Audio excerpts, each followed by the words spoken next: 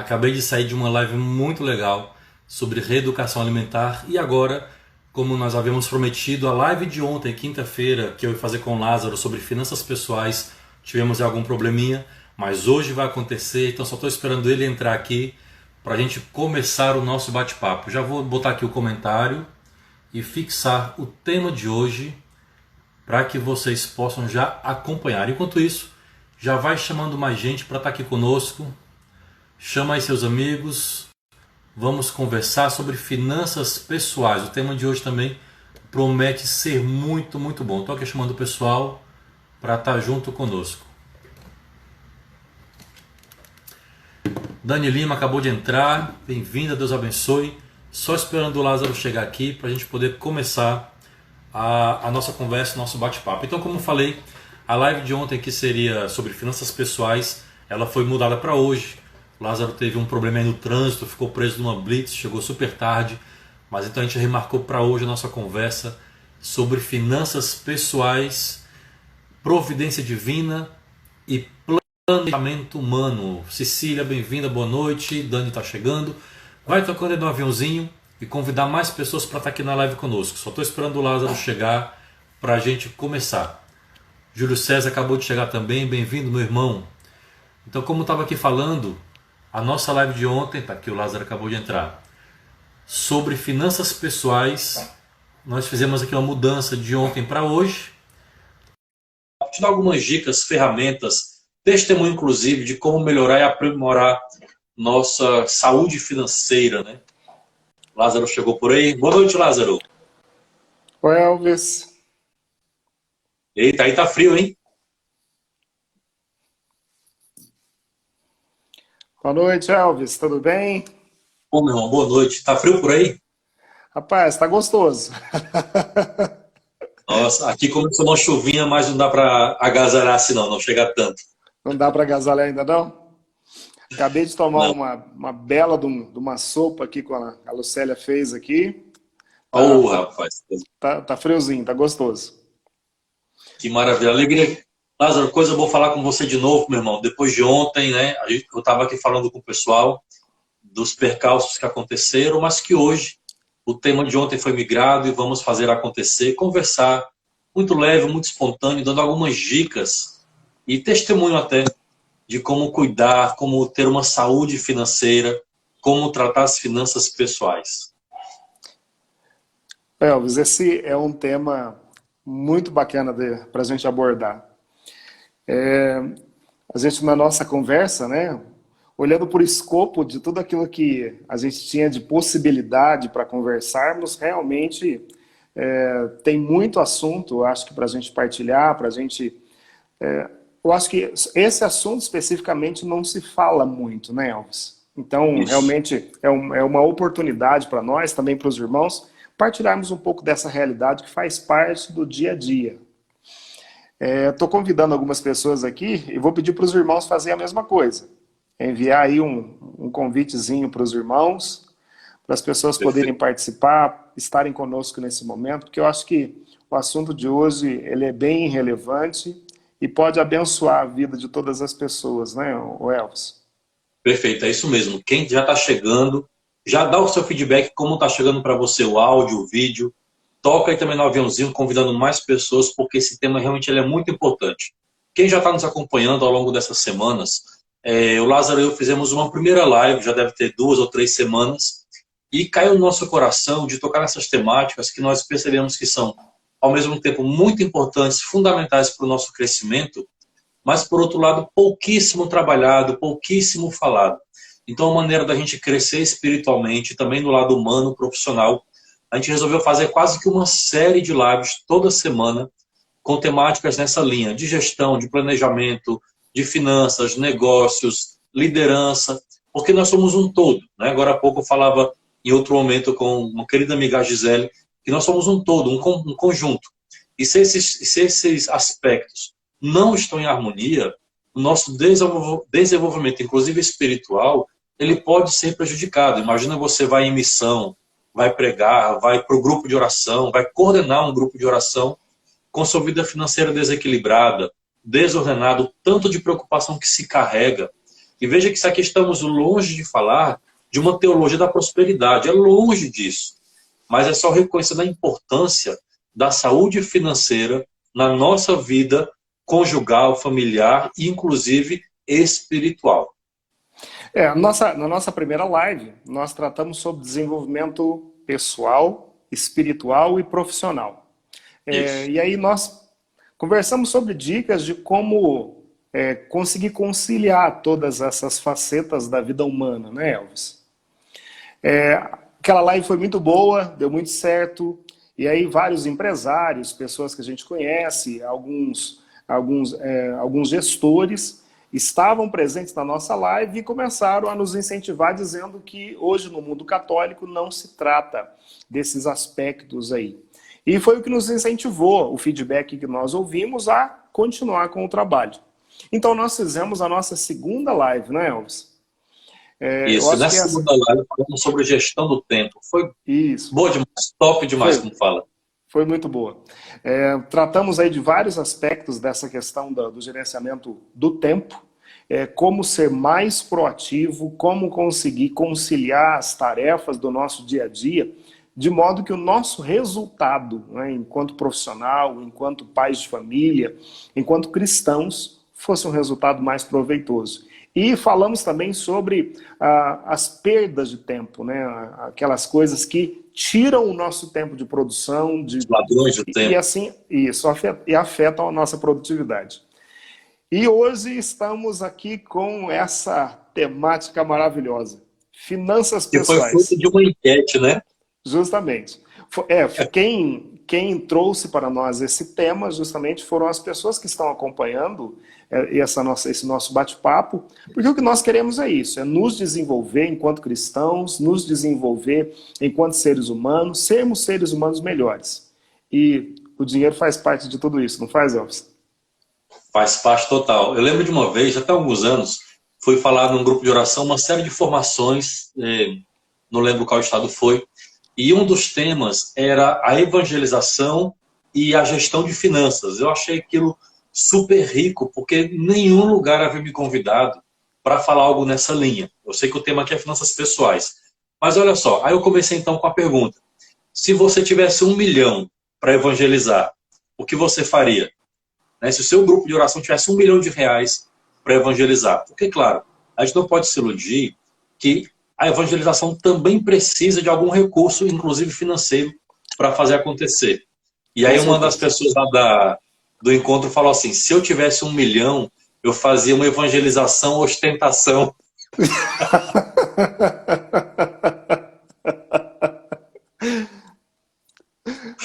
Mas imagina, porque contratava carro de som, banner, cartazes, sabe? Ia para a internet, ia para a TV, enfim, fazia os maiores recursos estéticos, artísticos e, claro, no poder do Espírito Santo. Então, até para evangelizar, nós precisamos realmente de dinheiro, né? Precisamos ter uma finança organizada.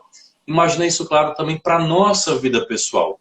Então, como é importante cuidar das finanças pessoais. Por isso, nós colocamos esse tema em debate, foi votado, as pessoas escolheram, e se elas escolheram, Lázaro, esse tema por primeiro, é um indicativo para a gente, né? De talvez que há uma dor, né? Há uma dor aí, né? Podemos começar, Elvis? Vamos lá, sem mais delongas. Então, a primeira pergunta que eu queria partilhar com você, quero ver qual que é o seu ponto de vista. Dinheiro é importante? Comenta aí o que você acha. Para você, dinheiro é importante? Boa. Você que está chegando agora, a Laís acabou de chegar, o Acácio, o Erivelto. Queria partilhar isso com vocês então. A pergunta é essa: dinheiro é importante para nós que somos cristãos? Sim ou não, minha gente? O que vocês acham? Depois do primeiro comentário, a gente continua aqui a conversa. Então, comenta sobre alguém. Senão ela vai passar. O Acácio, para aquilo que ele pode comprar, sim. Alexandre, Deus abençoe. Lázaro, sim ou ai? Essa é mineira, né? É mineira, tá vendo? Da gema. Lázaro, de fato, o dinheiro realmente é importante. É muito importante, diria. Claro que não é tudo. Mas veja, o dinheiro, eu vejo ele como um meio, né? Sim. Ele é um meio para conseguir, um meio para alcançar. um meio, ele não é fim. O problema é que muitas vezes, no trato com as finanças, o mundo corporativo, não faço aqui uma crítica ao capitalismo, é o sistema em que nós vivemos, o mundo moderno fez do dinheiro um fim, como se ele estivesse acima das pessoas e dominando a nossa vida. Quando, na realidade, o dinheiro ele é um meio para ter um sossego financeiro, para ter um lazer com a família, para adquirir algum bem, uma paz e ter uma tranquilidade no futuro, a previdência humana, somada também, claro, com a providência divina. Por isso o tema dessa live. Então eu vejo o dinheiro como um meio para se alcançar algo. Então Muito jamais bem. ver um fim, porque a gente acaba realmente distorcendo o seu significado. Muito bem. Elvis, eu queria citar aqui uma frase do Roberto Kiyosaki. Ele disse o Perfeito. seguinte: o dinheiro não é isso, o dinheiro não é a coisa mais importante do mundo, mas ele afeta todas as coisas que são importantes. Perfeito. Eu acho que vale a Perfeito. pena repetir, né? O dinheiro Por não é a favor. coisa mais importante do mundo, mas afeta todas as coisas que são importantes. Ô, Elvis, eu Se estava alguém puder, vendo. inclusive, copiar essa frase e botar aqui pra gente, ficar sempre rememorando ela, alguém que pegou, copia aí, por favor. Repete, Ô, Lázaro, mais Elvis, uma vez. sim, o dinheiro não é a coisa mais importante do mundo, mas afeta todas as coisas que são importantes. Perfeito. Ô, Elvis, eu estava verificando uma pesquisa e a pesquisa feita por uma universidade indicou o seguinte: 56% dos divórcios têm como causa problemas financeiros. Eu ia falar isso, é isso mesmo. Sim. Problemas financeiros causam insônia, estresse, baixo autoestima e uma série de outros problemas que são diretamente afetados quando se tem uma vida financeira que está completamente desregrada. Você concorda com isso, Elvis? Concordo perfeitamente. Realmente tem estudos que já comprovam isso, que uma das principais, se não a primeira causa mesmo, para divórcio, para crise familiar, conjugal, é a crise financeira. Porque começa a vir à tona quando o casal não está unido, quando o casal ele não sabe, por exemplo, quanto um ou outro ganha, e vamos já tocar nesse ponto. Então, quando o casal não tem as claras, a transparência, inclusive, quem compra algo sem avisar a esposa ou esposo, comprar um carro, trocar de casa sem avisar, isso é um tipo de traição até. Então, veja, a crise financeira, ela revela, traz à tona uma série de coisas que fica lá dentro de nós, guardado, latente, e na hora que o dinheiro falta, na hora que o dinheiro é mal administrado, não só quando falta, quando ele é mal administrado, vem à tona. Por exemplo, o marido começa a acusar a esposa que gasta demais, ou salão, ou cartão de crédito. A esposa começa a acusar o marido que não diz quanto ganha, ou que ele comprou coisa sem falar com ela, e fica um jogando na cara do outro. Vou falar muito claramente, um jogando na cara do outro quando esse problema vem à tona.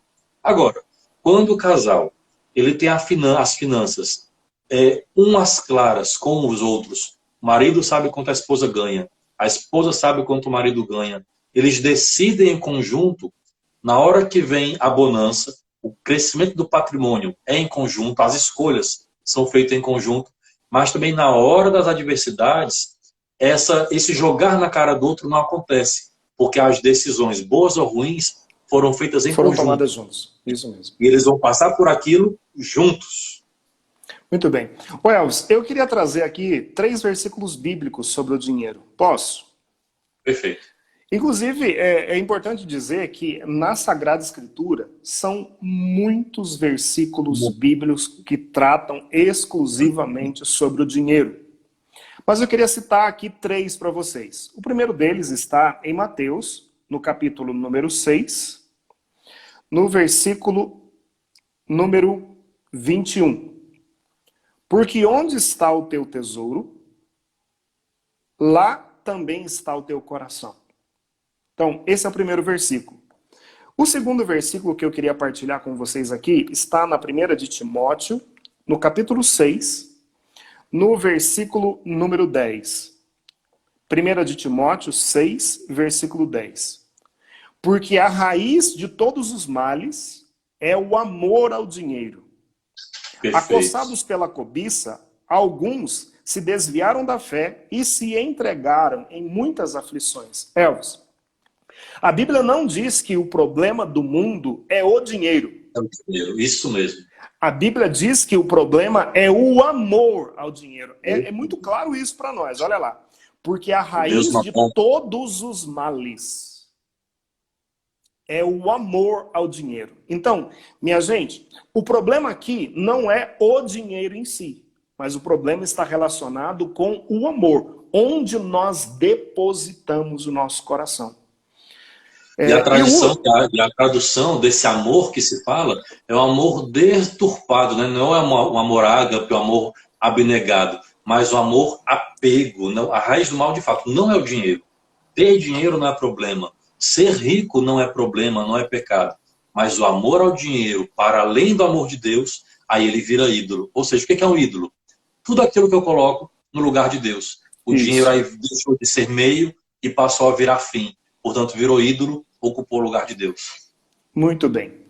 Elvis, e aí, no livro do Eclesiastes, no capítulo 5, no versículo número 9, está escrito: aquele que ama o dinheiro nunca se fartará. Aquele que ama a riqueza não tira proveito dela. Que coisa maravilhosa! Essa é a mais pura verdade. Porque quando nós amamos o dinheiro pelo dinheiro, você olhar para uma conta bancária ou o lugar onde você guarda dinheiro e ter aquilo como sendo o mamon, o Deus Mamon, da sua sim. vida. Nesse caso, olha o que a Bíblia diz, que você não tira proveito. E existem pessoas que são assim, Elvis. Elas amam tanto o dinheiro que não usufruem os benefícios, a possibilidade de uma vida familiar, aquilo que é possível ter quando você consegue ter uma vida financeira saudável. Só vive para trabalhar, para acumular e acumular. E veja, saúde financeira, finanças pessoais organizadas não quer dizer apenas quem tem muito dinheiro guardado. Muitas vezes quem tem muito dinheiro guardado também vive endividado. Então, o que nós vamos conversar aqui é te dar algumas dicas, ferramentas de como equilibrar isso, independente de quanto você ganha. Vou te dar aqui um exemplo, Lázaro, que eu até conversei já uma vez em off e queria partilhar com as pessoas. Há cerca de 1 ano, 2, eu acho, eu fui dar uma palestra sobre esse tema, finanças pessoais para casais, numa comunidade aqui em Fortaleza, né? Sim. Comunidade católica, então, de pessoas consagradas em aliança, então, um grupo de casais. E aí, falando, discorrendo sobre toda a temática, vinculando a espiritualidade com as finanças pessoais, dicas de negociação, quando acabou a formação, 2 casais vieram me procurar. E aí abriram o jogo, sabe? Eles, né, abriram mesmo o coração. Que estavam com uma crise familiar muito grande, brigando bastante, muito preocupados, sem dormir, porque a crise financeira chegou na porta deles e estava abalando uma série de outros ambientes da vida deles. A vida conjugal, a vida espiritual, vida familiar, os sogros interferindo, enfim, uma série de coisas que desencadeou. E aí na conversa eu perguntei o que eles faziam, qual a profissão deles. Veja, o primeiro casal, os 2 eram auditores fiscais da fazenda. Nossa. Então nenhum ganhava menos de 20 mil reais. Cada um, né? Menos de 20 mil reais. Não ganhava, né, menos do que isso. Então vai 40 mil de renda mensal, pelo menos. E atolado no vermelho. O outro casal, com uma situação muito semelhante nos seus problemas, também, tanto ele quanto ela, eram empresários, cada um com a sua empresa. Ou seja, não quer dizer que uma pessoa ganha muito, ela vai estar respirando, ela vai estar folgada, porque ela tende a aumentar o patrimônio, aliás, aumentou o rendimento, começa a aumentar o patrimônio, começa a aumentar o padrão de vida, e aí essa balança, essa conta não vai chegar, não vai fechar, tanto para quem ganha 2, 3 ou R$1.000 por mês. Se eu gasto mais do que eu ganho, a conta não fecha. Seja para quem ganha 1.000, seja para quem ganha 40 mil. Ô Elvis, nesse sentido você tem completa razão. Eu conheço também pessoas que são assalariadas. E você percebe que tem uma vida próspera. Porque a prosperidade ela não está relacionada ao valor monetário que você consegue ganhar num determinado período, mas na forma com que você gasta esse bem. Porque são alguns aspectos que são importantes a gente entender, relacionados, por exemplo, à questão do dinheiro.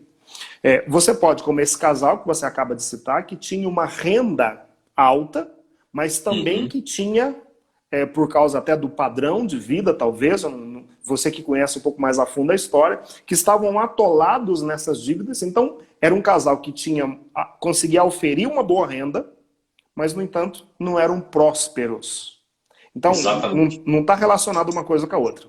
Elvis, e aí, então, eu queria fazer uma pergunta para você. É possível a gente conseguir equilibrar a balança de modo que eu gaste aquilo que eu ganho? Vou te responder com uma outra pergunta. Você já ouviu falar numa simbologia para finanças chamada Corrida dos Ratos? Corrida? Corrida dos Ratos. Conta aí, Elvis. Gente, olha, tem muita gente, e eu já passei muitos anos da minha vida vivendo essa corrida dos ratos. Ou seja, você trabalha, fica correndo naquela rodinha de ratos, dos hamsters, né? Você fica correndo, correndo, correndo, trabalha, trabalha e não sai do lugar. Ou seja, anos a fio trabalhando, não consegue fazer uma economia, anos a fio trabalhando, não consegue ter um patrimônio, e daqui a pouco chega a aposentadoria, se aproxima dela, a gente olha pelo retrovisor da vida e não conseguiu conquistar nada, deixar nada para os filhos, e o que é pior, aí quando está na idade adulta, se aposentando, dependendo dos filhos. Quando nós que deveríamos deixar algo, idealmente falando, né, deixar algo para os filhos, começamos a depender dos filhos, já que a nossa aposentadoria no Brasil, ninguém vive, né, de aposentadoria, porque ela é muito pouco, ou você então baixa muito do padrão do que você ganhava enquanto estava trabalhando na ativa. Então, assim, é possível conciliar. E aí exige uma série de mudanças nossas do campo comportamental. Cada vez mais a economia, ela própria é uma ciência que se aproxima mais da psicologia do que das finanças propriamente, porque é uma mudança de cabeça, não cair em tentações, nos gatilhos, nas armadilhas do marketing, nessas estratégias, para sermos cada vez melhores gastadores, ou menos gastadores e mais poupadores. Então, é possível a gente conseguir sair do vermelho, e eu digo isso por experiência própria. Durante anos, minhas receitas não chegavam às despesas, então durante anos era vermelho. Depois você começa a equilibrar e uma conta começa a bater, e aí você começa a perceber, Lázaro, que você consegue mais. E esse é o fator motivacional. Porque quando você fica muito tempo no vermelho, você vive frustrado. E aí você começa a entender as finanças, como funciona isso, começa a gastar menos ou gastar melhor, e aí equilibrou. Pronto, pelo menos eu já passei o mês, fechei o mês, não lucrei, mas paguei tudo, não estou devendo. Isso dá um ânimo para você começar a ver que pode mais. E aí você começa a poupar, a investir, a ter previdência para os seus filhos e filhas, assim por diante. Então, é possível, mas com planejamento, com muita oração, entendendo o seu perfil também, o seu perfil gastador, consumidor, para daí fazer um planejamento. Não tem resultado a curto prazo ou imediato. Não tem fórmula mágica. Mas com trabalho, com oração, com autoconhecimento e compreendendo como funciona o dinheiro, a gente consegue. Elvis, você disse algo que é fundamental. Eu compreendo também essa visão de uma vida próspera a partir do conhecimento de si mesmo. Perfeito. Tem que ter isso. E quando eu falo de conhecimento de si mesmo, talvez nós estamos aqui partilhando com alguns irmãos que podem, inclusive, estar no vermelho. Existem situações, por exemplo, uma situação que está fora do teu controle, por exemplo, como o desemprego, você fez um investimento que deu errado. Essas Exatamente. situações são situações reais e que podem, por um momento, te deixar numa situação de vermelho.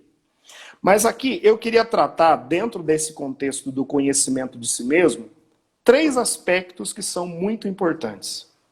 O primeiro deles, quais são os seus valores pessoais?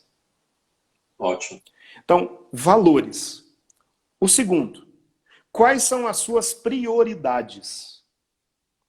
Porque a forma com que eu vou gastar, ela deve estar relacionada às minhas prioridades. Eu vou dar um exemplo aqui. Se você, por Eu estou aqui exemplo, já tem... pulando na cadeira de animado, Sim. é isso mesmo. Se você tem uma visão, por exemplo, eu quero estudar fora do Brasil. Então, você tem uma prioridade, estudar fora do Brasil. Mas se de repente, com a prioridade de estudar fora do Brasil, você resolve financiar um carro de alto padrão, significa que a forma com que você está gastando o seu dinheiro não está alinhada com as suas prioridades de vida. Uma outra coisa que pode te ajudar dentro desse quesito, que é o conhecimento de si mesmo, é o propósito da sua vida. Perfeito, é isso mesmo. Meus irmãos, isso está relacionado com a seguinte visão. Quando Deus nos cria a raça humana, o ser humano, ele nos cria para a felicidade. Agora, eu tenho um lugar que é só meu nesse planeta. Deus me trouxe aqui para fazer algo diferente daquilo que Deus criou e formou o Elvis. Cada um de nós tem um propósito de vida.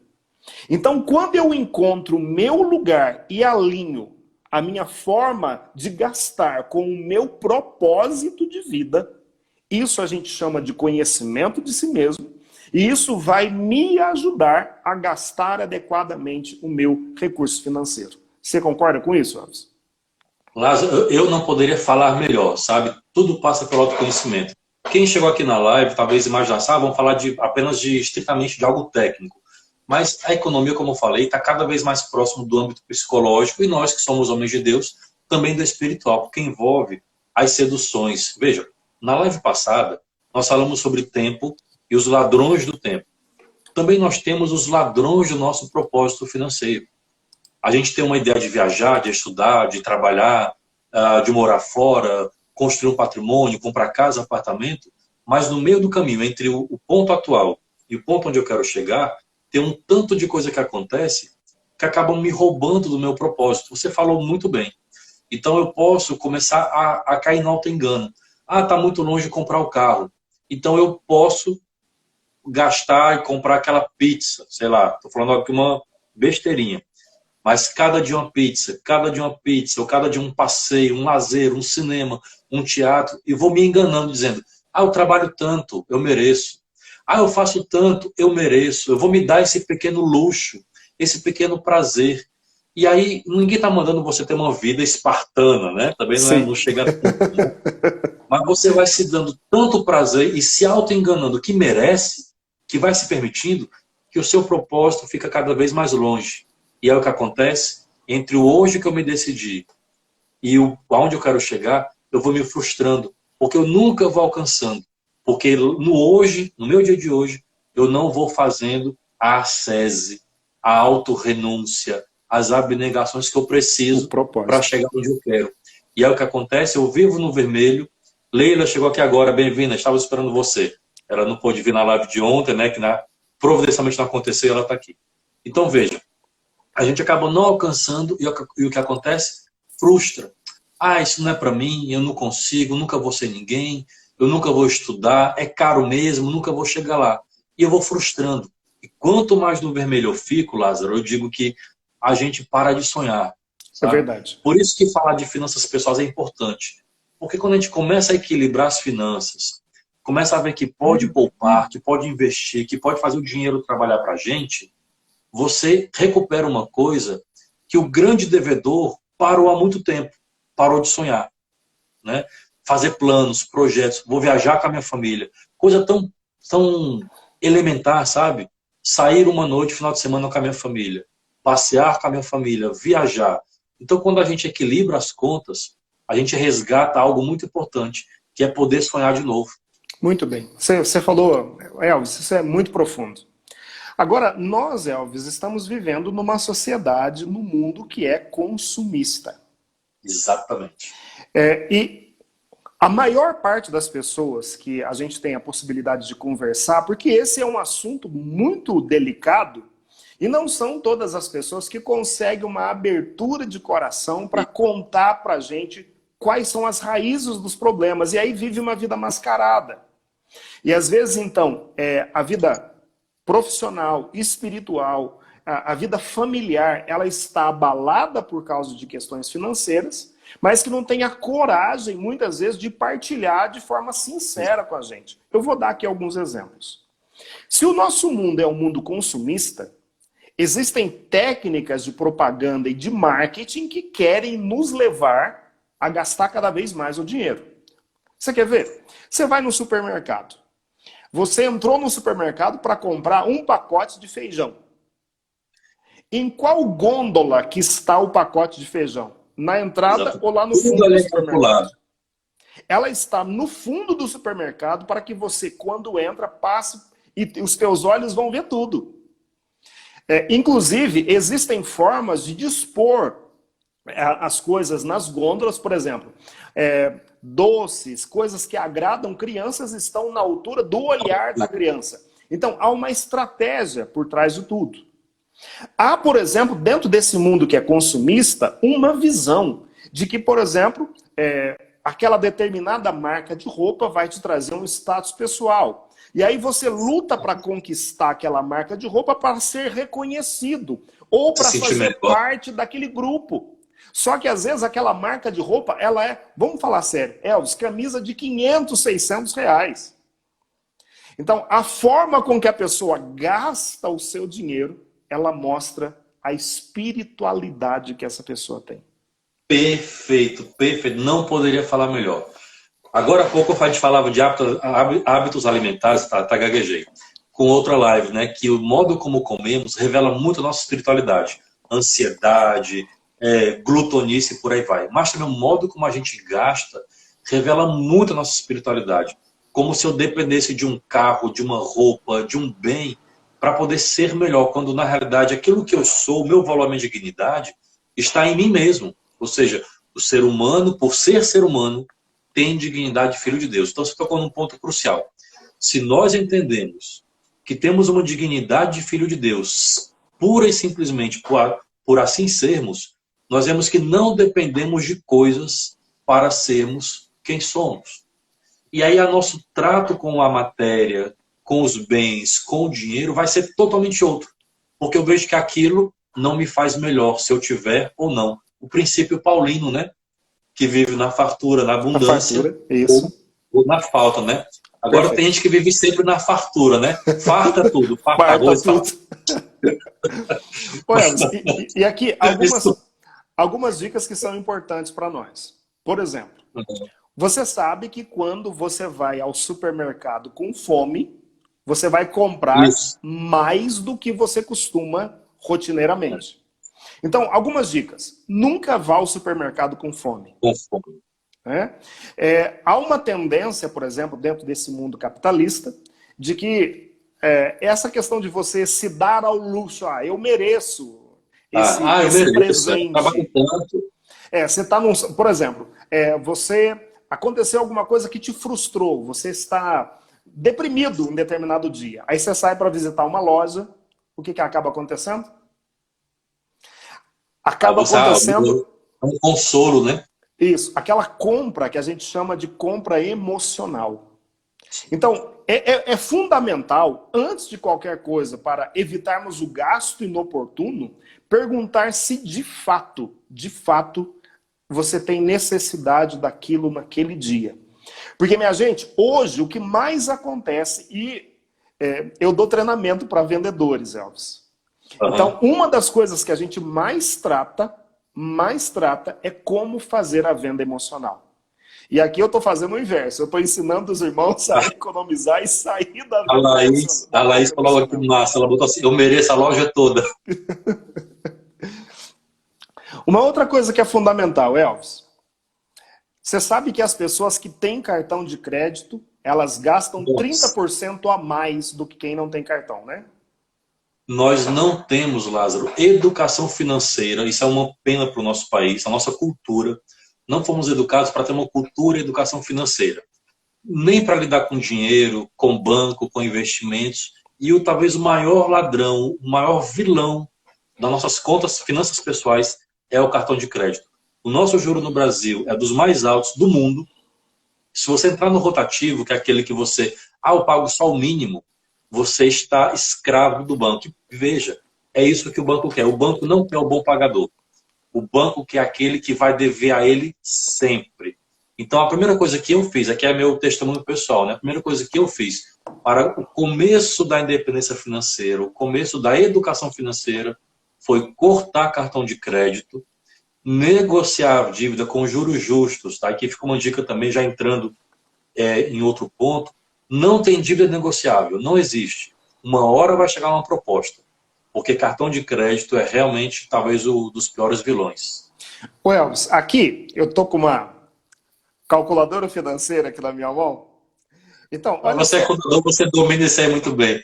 Se por acaso você tiver uma fatura de R$ 800 no cartão de crédito, preste atenção, R$ 800, e você resolve pagar metade, você entrou no rotativo.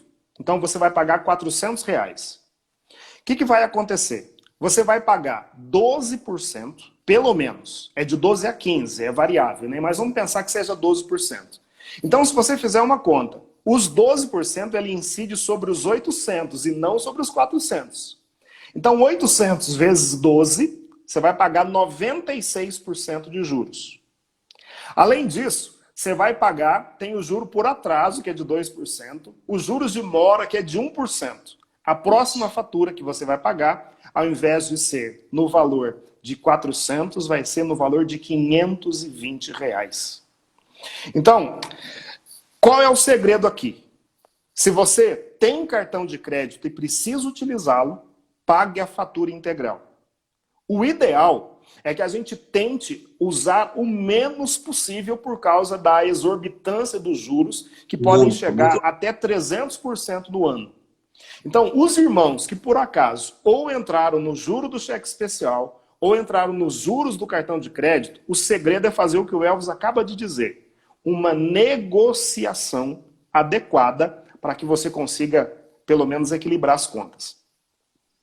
Lázaro, a primeira coisa que eu fiz, aqui não é só teoria, né? A gente estuda finanças, é um assunto que nos interessa muito. O Lázaro é contador, sabe com muito mais propriedade. Eu venho da filosofia, mas fiz um MBA em gestão empresarial e em finanças. Então, assim, são temáticas que nos interessam bastante. Quando eu entrei numa dívida, assim, quase que impagável de cartão de crédito, realmente eu entrei em todas essas crises que a gente falou por aqui. Crise familiar, preocupação, sem dormir, estresse. E aí você começa a tentar entender esse mundo do dinheiro, como é que o dinheiro funciona, como o banco funciona, o tanto que o banco ele é difícil para conosco. Então, a primeira coisa que eu fiz, cortei cartão de crédito, literalmente. Peguei a tesoura, acabou. E tá há anos que eu não tenho cartão de crédito. Anos Você mesmo. acredita que eu fiz a mesma coisa, Elvis? Cortei. Assim, não, mas tem eu coisa, cortei de picar o cartão mesmo. Porque tem coisa que é igual ao pecado, sabe? Tem pecado que não dá para você negociar. Aliás, não é para negociar com nenhum pecado, mas você tem aquelas etapas, né? Que você vai vencendo. Tem alguns pecados que levam um tempo a vencer. Outras seduções e pecados tem que ser brusco, porque isso nos leva para o buraco de imediato. Então, a educação financeira tem coisa que tem que ser gestos bruscos. Ou você corta a relação de uma vez, ou vai ficar sempre no buraco. Então, cortei o cartão e negociei com o banco. E aí vem uma outra parte. Negociar com o banco, nós não podemos aceitar a primeira negociação. Não se mostre como qualquer cliente, né? Porque qualquer cliente recebe qualquer produto.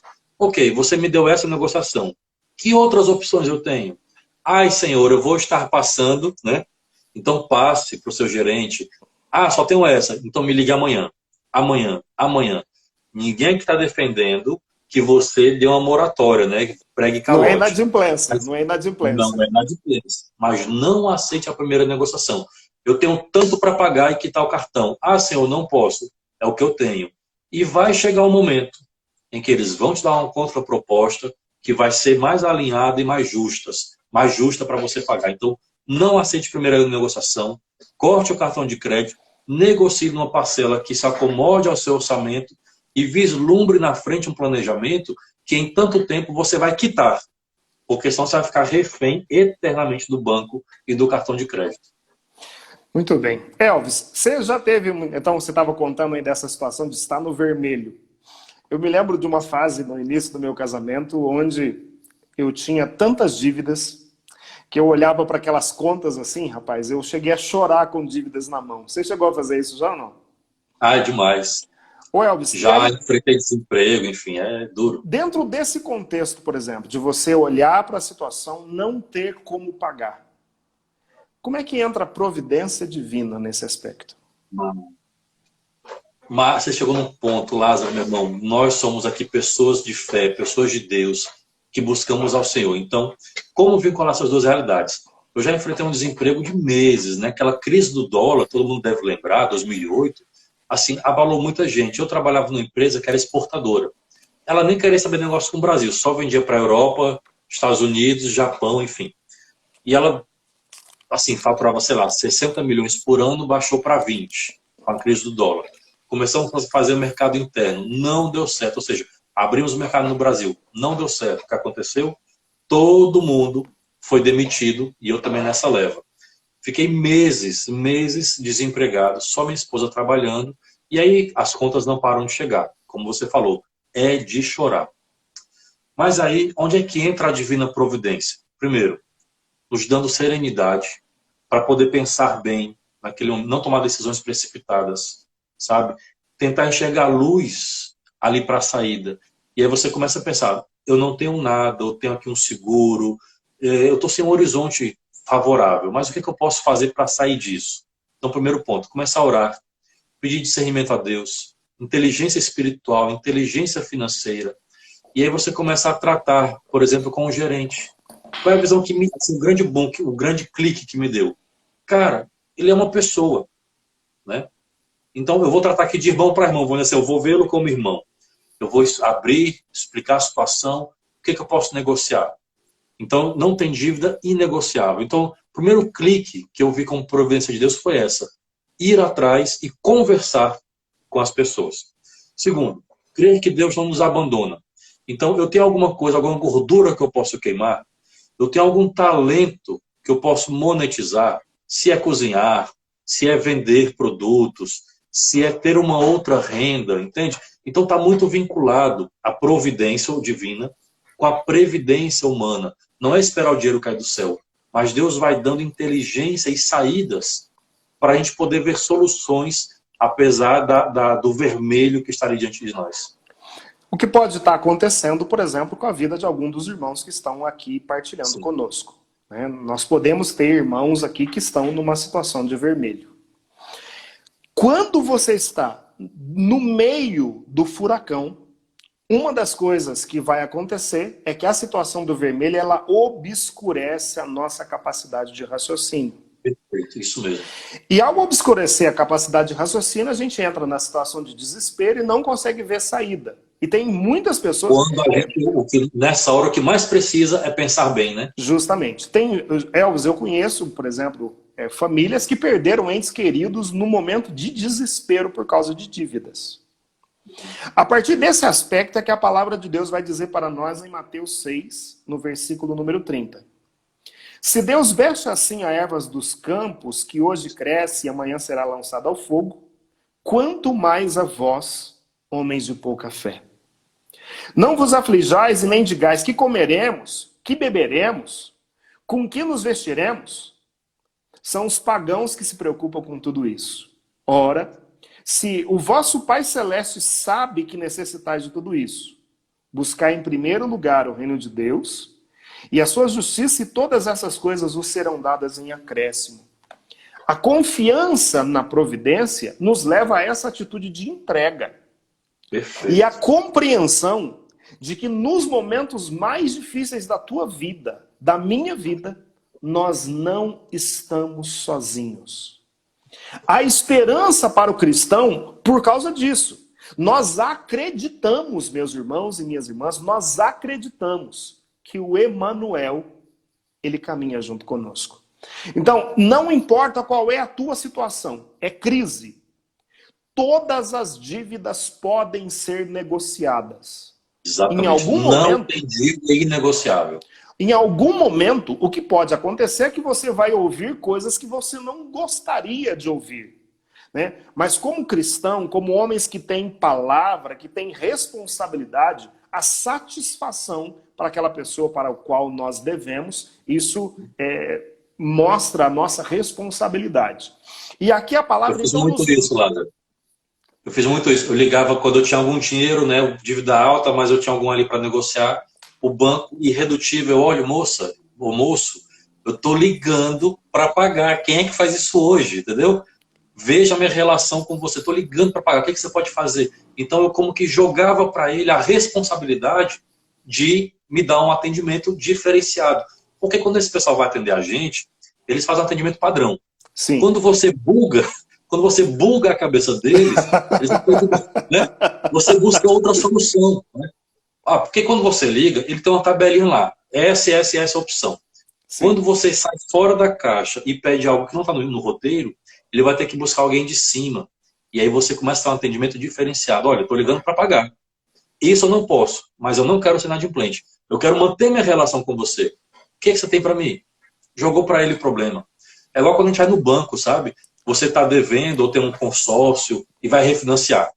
E aí o gerente, com aquela cara de bonzinho, fala assim, mexe o computador, eu tenho um ótimo plano para você. Eu pego sua dívida, jogo mais tantos meses para frente e fica uma parcelinha baixinha. Né? Baixinha. Cabe no seu bolso esse mês, você sai de lá agradecendo o gerente. Só que ele te colocou no fundo, no bolso mais juros ainda. E a gente sai agradecendo o cara. É fantástico, Elvis, é isso mesmo. É. Agora, então nós falamos da providência, como ela age clareando a nossa mente. Claro, perfeito. Deus pode abençoar, por exemplo, já aconteceu comigo, de estar precisando de alguma coisa e de repente a providência vem através de um irmão. Exato. Quantos de nós já experimentamos a providência nesse aspecto? Então, existe. Né? Existe. Deus pode nos abençoar através do irmão, por exemplo. Né? Isso teve uma que veio por você. Teve uma para mim que veio por você. Posso falar? Pode, fica à vontade. Meu primeiro livro foi o Lázaro que olhou, enfim, que editou e tudo mais. E aí o que acontece, Lázaro? Foi o ano que a Helena nasceu. Estava um período muito complicado. A gente estava se reorganizando, refazendo. Olha como foi a bênção. E aí ela, para chegar, eita, veio um enxoval é caro. Rapaz, o livro foi 2013, ficou um ano vendendo, mas sem eu ter o retorno. Um ano depois, a editora, na época o Lázaro me liga, ó, teve aqui uma venda, tem um valorzinho aqui que é para te repassar. Quando eu estava 000 para o enxoval, vem o dinheiro e eu consigo comprar todo o enxoval da Helena com o dinheiro do livro. Nossa, ou que seja, benção. O meu orçamento do trabalho, né, formal não dava para esse extra. E aí a providência divina, algo que eu nem esperava chegar, né, porque a gente não faz o livro esperando o dinheiro, mas tinha algo que era devido, justo, a questão de justiça, chegou.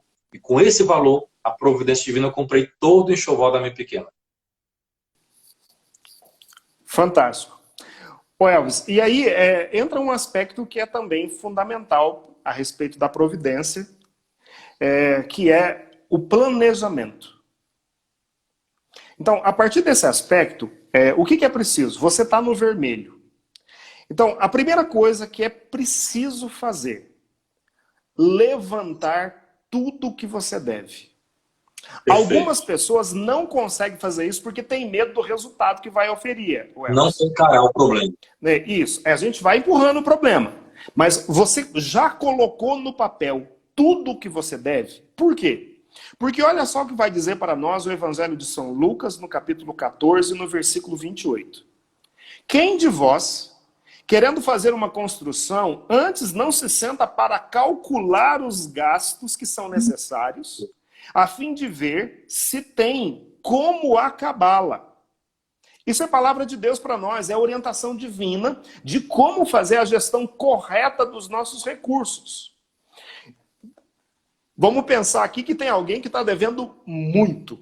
Então a primeira coisa a fazer é fazer o cálculo dos gastos para que você tenha pelo menos a visão de como que você vai conseguir por fim a tudo aquilo.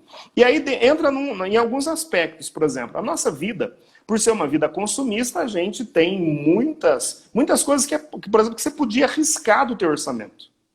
Uhum. Né? Tem coisa que dá para viver sem.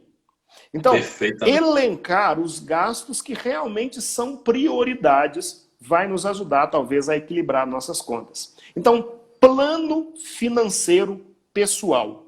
Você consegue calcular quanto você gasta, por exemplo, de alimentação, tem os gastos que a gente chama de gastos fixos, né?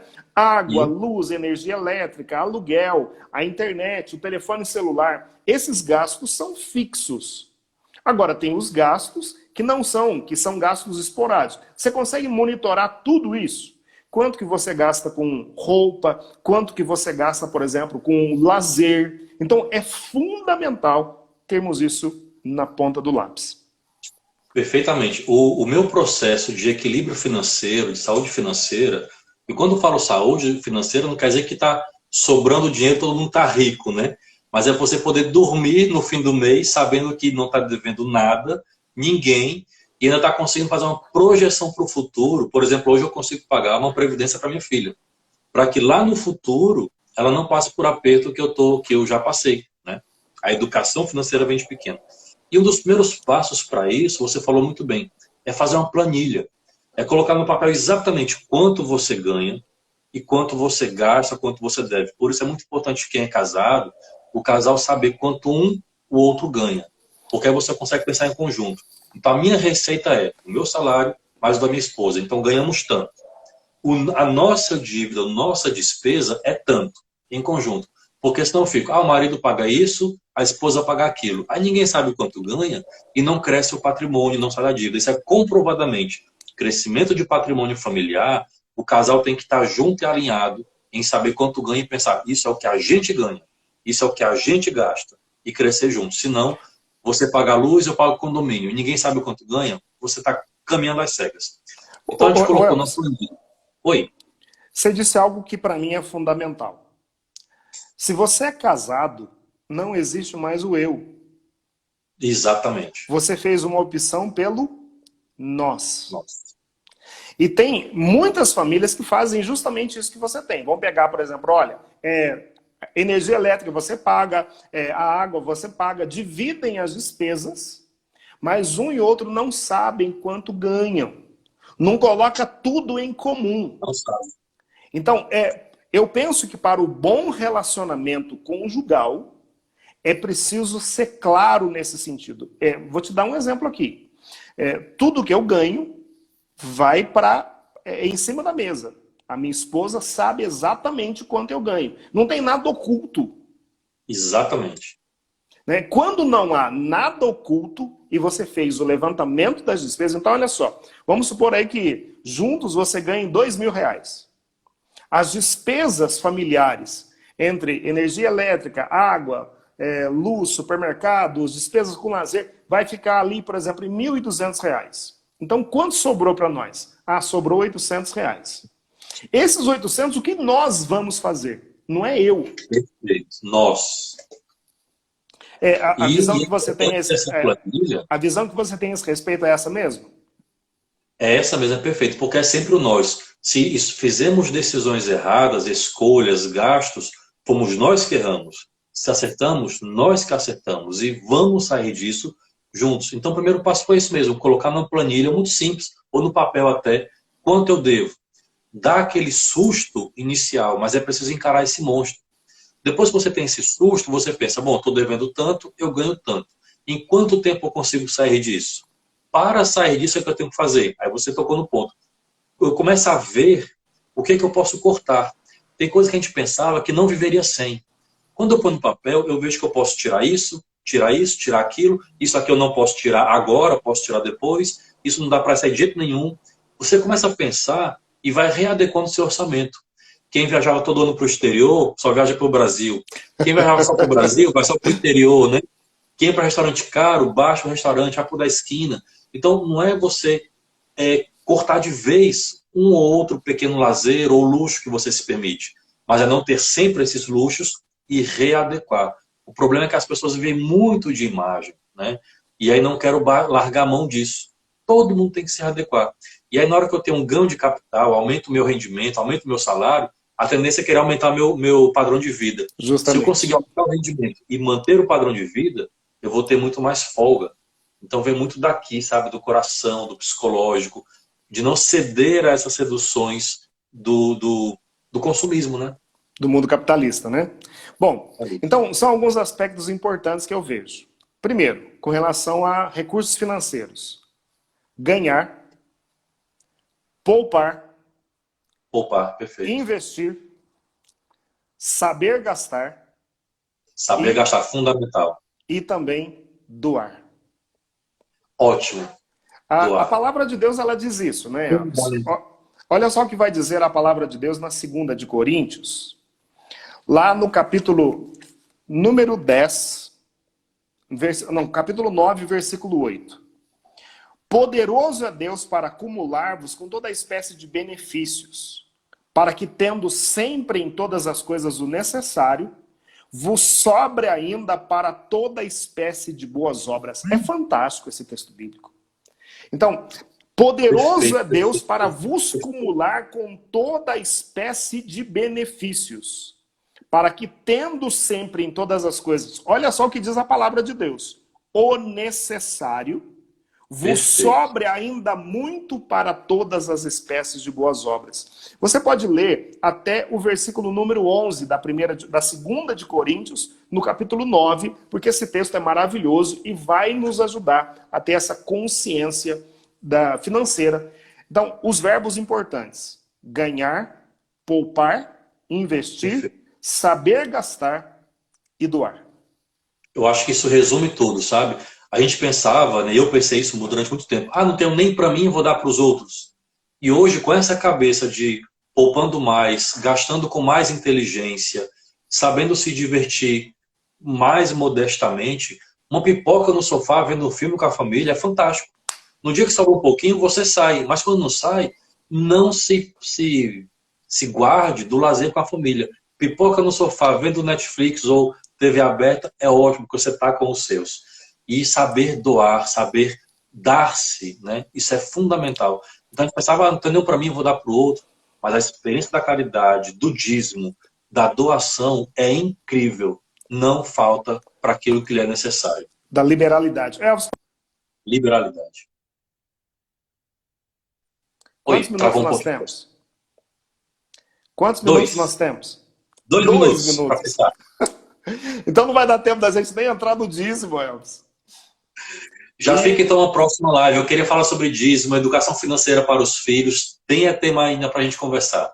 Então, aí o seguinte, tem aí também o presente que você prometeu que iria dar, né? Como é que nós vamos fazer aí? Muito bom, muito bom. Gente, o Lázaro fez uma planilha de controle financeiro dos gastos, entradas, saídas, fantástica. Então, a exemplo da semana passada, quando acabar essa live, vai no nosso Instagram, eu vou gerar aqui um link para você arrastar para cima e fazer o download dessa planilha de controle financeiro.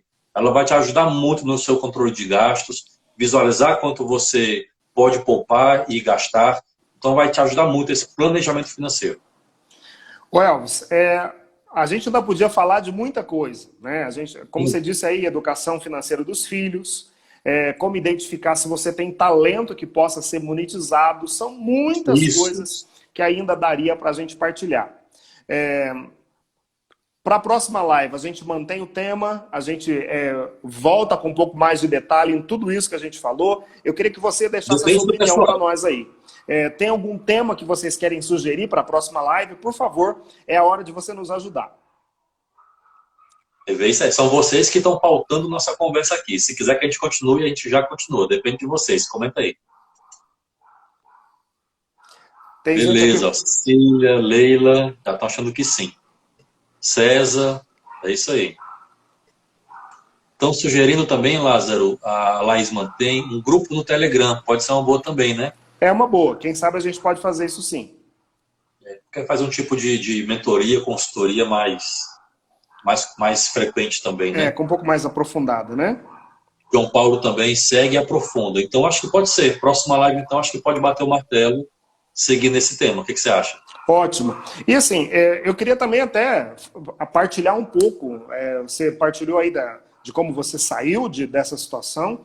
Eu vivi alguns momentos assim, que eu queria partilhar os passos que a gente deu, inclusive, por exemplo, a respeito do dízimo, que pode proteger aquilo que a gente ganha. Então é fundamental. Fundamental que essa conversa nossa ela pode se estender ainda, pelo menos por mais uma live. Então isso é bom deixar um gostinho de quero mais, então. 30 segundos, Lázaro, como sempre, uma grande alegria. Deus abençoe, meu irmão. Elvis, muito obrigado. Obrigado para todos vocês que participaram. nós vamos tentar salvar a live de novo, né? Você vai tentar fazer isso Isso. aí. E o Elvis, então, vai deixar as dicas de como você consegue pegar a planilha que nós fizemos para te ajudar a aí fazer o controle financeiro para a sua vida. Enquanto isso, segue lá no Instagram e no YouTube,